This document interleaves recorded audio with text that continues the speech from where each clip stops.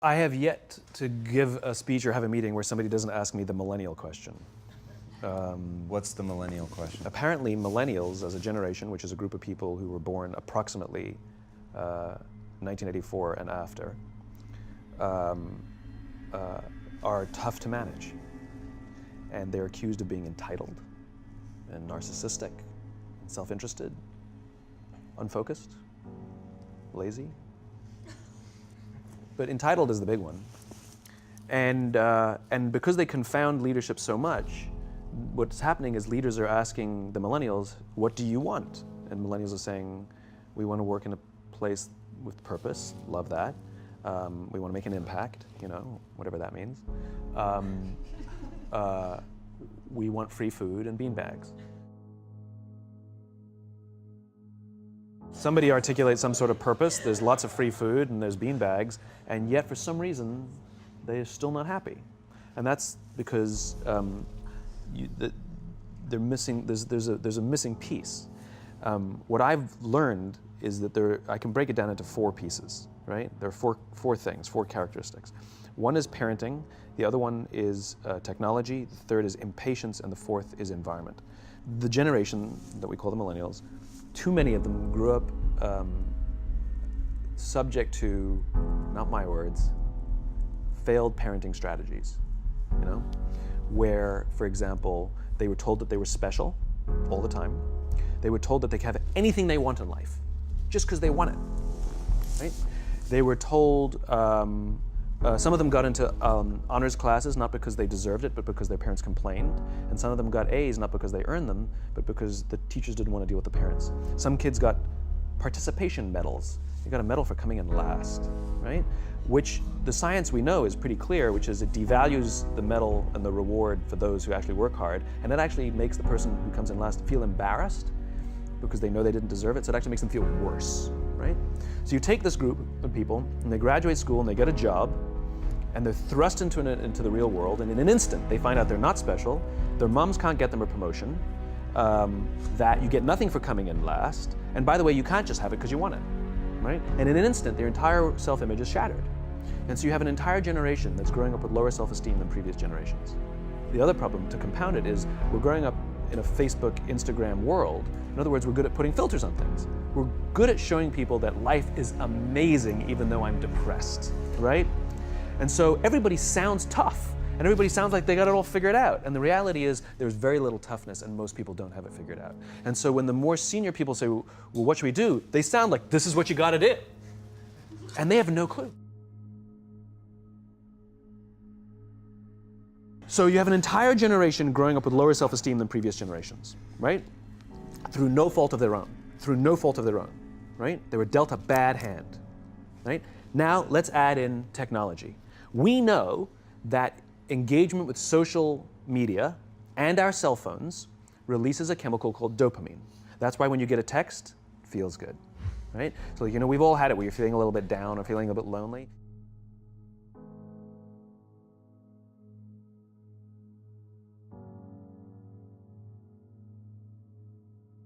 It's why we count the likes. It's why we go back 10 times to see if my Instagram is growing slower, did I do something wrong? Do they not like me anymore, right? The trauma for young kids to be unfriended, right?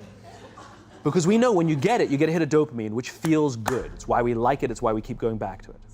Dopamine is the exact same chemical that makes us feel good when we smoke, when we drink, and when we gamble. In other words, it's highly, highly addictive. Right? We have age restrictions on smoking, gambling, and alcohol, and we have no age restrictions on social media and cell phones, which is the equivalent of opening up the liquor cabinet and saying to our teenagers, hey, by the way, this adolescence thing, if it gets you down. And you have an entire generation that has access to an addictive, numbing chemical called dopamine through social media and cell phones as they're going through the high stress of adolescence. Why is this important? Almost every alcoholic discovered alcohol when they were teenagers. When we're very, very young, the only approval we need is the approval of our parents. And as we go through adolescence, we make this transition where we now need the approval of our peers. very frustrating for our parents, very important for us. It allows us to acculturate outside of our immediate families into the broader tribe, right? It's a highly, highly stressful and anxious period of our lives, and we're supposed to learn to rely on our friends. Some people, quite by accident, discover alcohol and numbing effects of dopamine to help them cope with the stresses and anxieties of adolescence. Unfortunately, that becomes hardwired in their brains, and for the rest of their lives, when they suffer significant stress, they will not turn to a person, they will turn to the bottle. Social stress, financial stress, career stress, that's pretty much the primary reasons why an alcoholic drinks, right? What's happening is, because we're allowing unfettered access to these dopamine-producing devices and media, basically it's becoming hardwired, and what we're seeing is as they grow older, too many kids don't know how to form deep, meaningful relationships. Their words, not mine. They will admit that many of their friendships are superficial.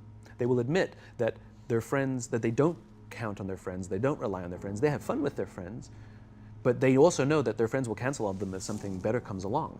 Deep, meaningful relationships are not there because they never practice the skill set, and worse, they don't have the coping mechanisms to deal with stress. So when significant stress starts to show up in their lives, they're not turning to a person, they're turning to a device, they're turning to social media, they're turning to these things which offer temporary relief. We know, the science is clear, we know that people who spend more time on Facebook suffer higher rates of depression than people who spend less time on Facebook, right? These things balanced. Alcohol is not bad, too much alcohol is bad. Gambling is fun, too much gambling is dangerous, right? There's nothing wrong with social media and cell phones. It's the imbalance, right? If you're sitting at dinner with your friends and you're texting somebody who's not there, that's a problem. That's an addiction. If you're sitting in a meeting with people you're supposed to be listening to and speaking, and you put your phone on the table, face up or face down, I don't care, that sends a subconscious message to the room that you're just not that important to me right now, right? That's what happens. And the fact that you cannot put it away is because you are addicted, right? If you wake up and you check your phone before you say good morning to your girlfriend, boyfriend, or spouse, you have an addiction. And like all addiction, in time, it'll destroy relationships, it'll cost time, and it'll cost money, and it'll make your life worse, right? So you have a generation growing up with lower self-esteem that doesn't have the coping mechanisms to deal with stress, right? Now you add in the sense of impatience, right? They've grown up in a world of instant gratification. You want to buy something, you go on Amazon, it arrives the next day. You want to watch a movie? Log on and watch a movie. You don't check movie times. You want to watch a TV show? Binge. You don't even have to wait week to week to week, right? I know people who skip seasons just so they can binge at the end of the season, right? Instant gratification. You want to go on a date? You don't even have to learn how to be like, hey. You don't even have to learn and practice that skill. You don't have to be the uncomfortable one who says yes when you mean no and says no when you mean no, but yes when you don't have to swipe right. Bang, I'm a stud. Right? You don't have to learn the social coping mechanisms, right? Everything you want, you can have instantaneously. Everything you want, instant gratification, except job satisfaction and strength of relationships. There ain't no app for that. They are slow, meandering, uncomfortable, messy processes. And so I keep meeting these wonderful, fantastic, idealistic, hardworking, smart kids. They've just graduated school. They're in their entry-level job. And I sit down with them and I go, how's it going? They go, I think I'm gonna quit. I'm like, why? They're like, I'm not making an impact. I'm like, you've been here 8 months. It's as if they're standing at the foot of a mountain and they have this abstract concept called impact that they want to have in the world, which is the summit. What they don't see is the mountain. I don't care if you go up the mountain quickly or slowly, but there's still a mountain. And so what this young generation needs to learn is patience. That some things that really, really matter, like love, or job fulfillment, joy, love of life, self-confidence, a skill set, any of these things, all of these things take time. Sometimes you can expedite pieces of it, but the overall journey is arduous and long and difficult. And if you don't ask for help and learn that skill set, you will fall off the mountain, or you will, the worst case scenario, and we're already seeing it, the worst case scenario is we're seeing an increase in suicide rates, we're seeing an increase in this generation, we're seeing an increase in accidental deaths due to drug overdoses, we're seeing more and more kids drop out of school or take leaves of absence due to depression, unheard of. This is really bad. The best case scenario those are all bad cases, right? The best case scenario is you'll have an entire population growing up and going through life and just never really finding joy. They'll never really find deep fulfillment in work or in life. They'll just waft through life and it'll be just, it's fine. How's your job? It's fine. It's the same as yesterday. How's your relationship? It's fine. Like that's the best case scenario, which leads me to the fourth point, which is environment, which is we're taking this amazing group of young, fantastic kids who were just dealt a bad hand. It's no fault of their own. And we put them in corporate environments that care more about the numbers than they do about the kids. They care more about the short-term gains than the long-term life of this young human being. We care more about the year than the lifetime, right?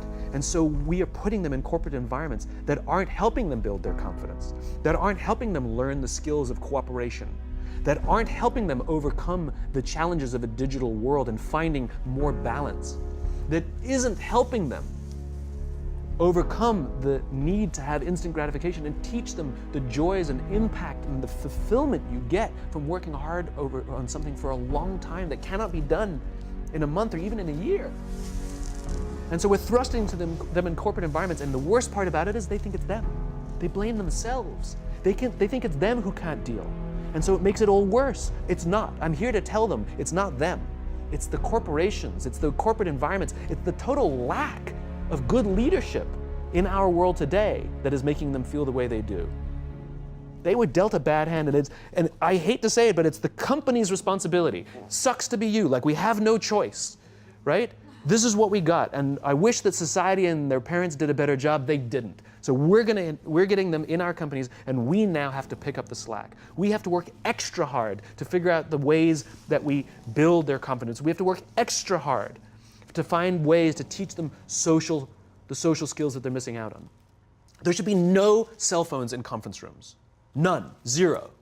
And I don't mean the kind of like sitting outside waiting to text. I mean like when you're sitting and waiting for a meeting to start, this is what we all do. We all sit here and wait for the meeting to start.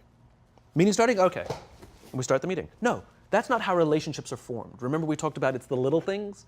Relationships are formed this way. We're waiting for a meeting to start and we go, how's your dad? I heard he was in the hospital.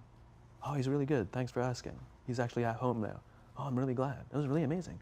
I know, it was really scary for a while. That's how you form relationships. Hey, did you ever get that report done? Oh my God, no, I didn't. I'll help you out. Can I help you out with that? Really? That's how trust forms.